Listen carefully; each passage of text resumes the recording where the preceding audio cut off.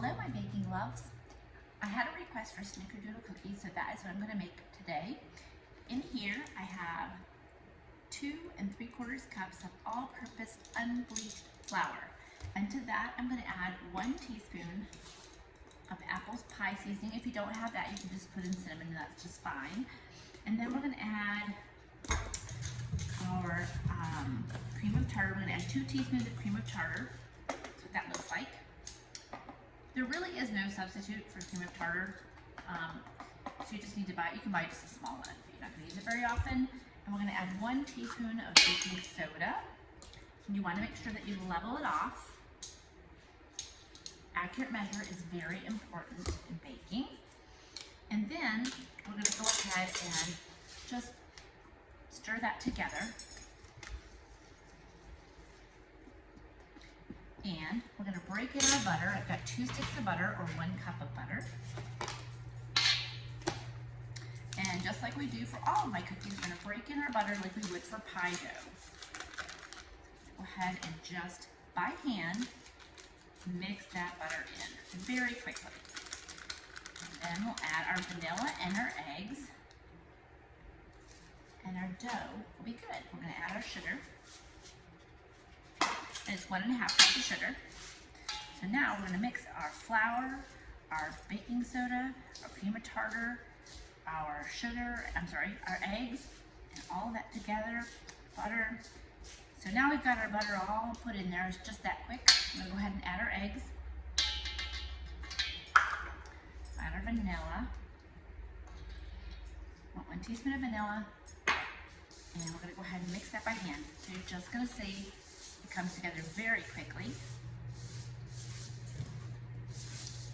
And part of the reason it comes together so quickly is because I had everything at room temperature and I had everything already measured out. That's called mise en place, and that saves you from running out of an ingredient at the last minute. So I'm going to use both hands. And you'll see I'm just squeezing the dough and releasing, squeezing and releasing until all of that dry flour sugar mixture is cleared up at the bottom. All right, just like that, we have our dough. So it's all done in real time. You can see how quick it is. Of course, you could use a mixer, but I find that in small batches, it's just easier to use a 1 bowl method. So here's what our dough looks like. It's all nice and smooth. Oops. Don't mind me, I'm throwing dough everywhere. So from here, we're just going to pinch off little pieces of it and make a meatball size.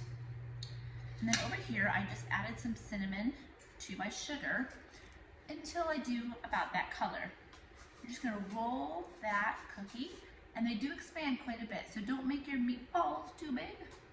All right, I call them meatballs, but you know, they're cookie balls. But don't make them too big. And you're just going to lay them out on your sheet pan and flatten them a tiny bit. Okay, so I'm going to go ahead and do that. I'll show you what that looks like in a bit.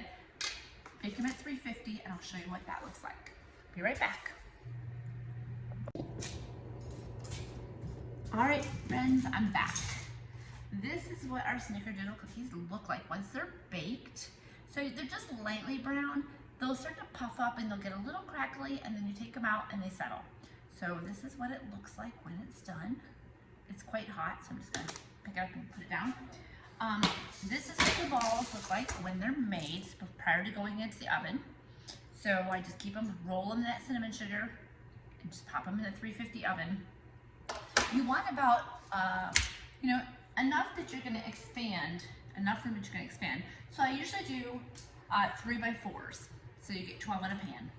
Okay, so I want you to give those a try. Let me know what you think in the comments below. If you haven't subscribed, I would appreciate that you do that. My name is Chris. I forgot to introduce myself in the beginning. I am the former owner of Down Home Baking Company and Cookies by the Dozen.